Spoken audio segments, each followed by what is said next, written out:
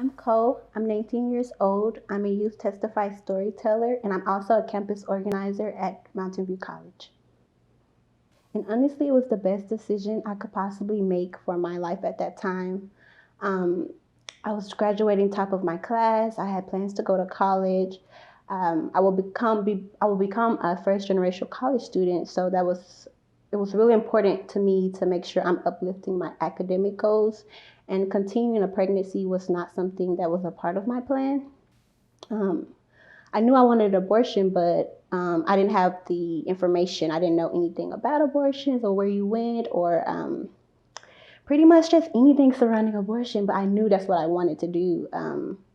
After getting some information from Planned Parenthood about needing parental consent, I kind of was discouraged with receiving abortion care.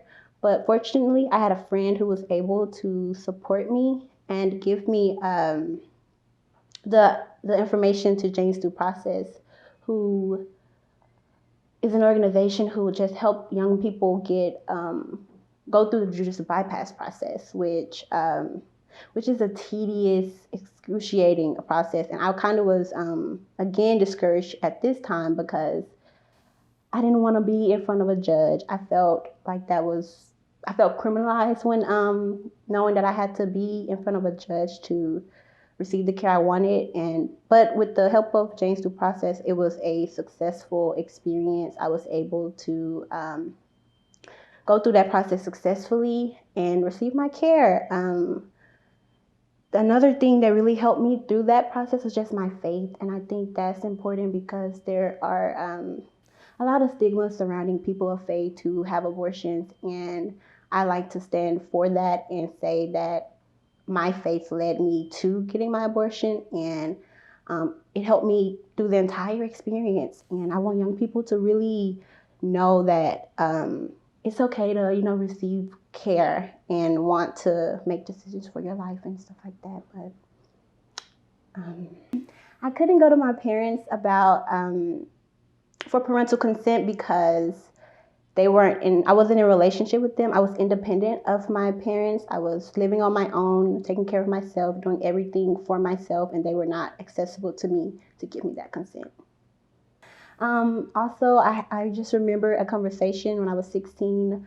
My mom had knew that I was sexually active, and we kind of had a conversation. She was like, I don't mind, it's okay, I just want you to be safe, but if you ever get pregnant, I'm going to make you have that baby. That's going to be your punishment for getting pregnant. And so I just was fearful of going to her when I knew I wanted an abortion, and I knew that she had those thoughts of she wanted grandchildren, but she also wanted to use that as a form of like punishment if I were to because I was sexually active. So I knew I couldn't go to her for that. If I couldn't have gotten the abortion, I probably wouldn't have went to college. I probably would have had to continue the pregnancy.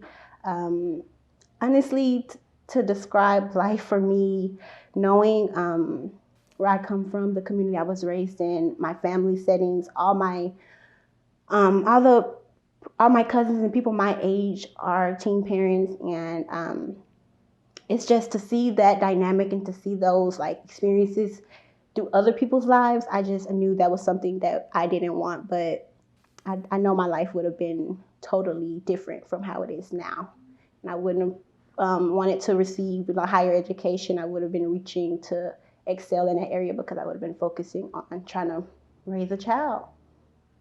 I started sharing my story because I realized how in isolation, when you feel alone, that you it's like a playground for in faith, especially like a playground for the devil to kind of just really mess up a lot of things in your life. And I know as a young person of faith, it is so hard with all the stuff going on in the world. It's so hard to maintain a relationship with God and really keep those values intact. But coming into community to share my story is because like um, people of faith and young people in general, our voices get minimized, get left out of the conversation.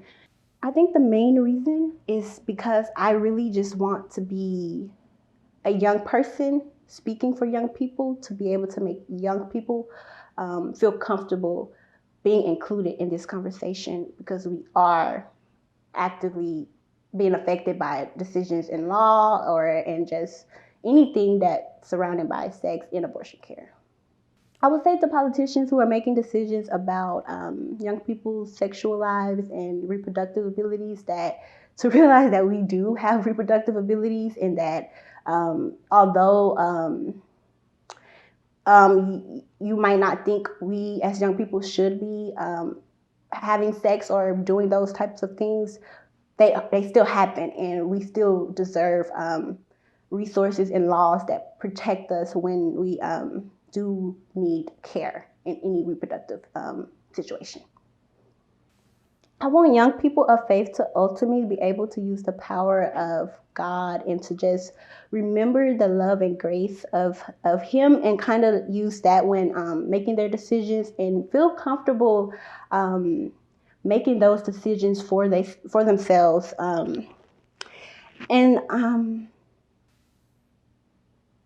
I want young people to also just be able to feel included in the conversation surrounding sex in general, and abortion specifically, because your decision to choose your own reproductive destiny is valid, and you deserve to be able to do that. So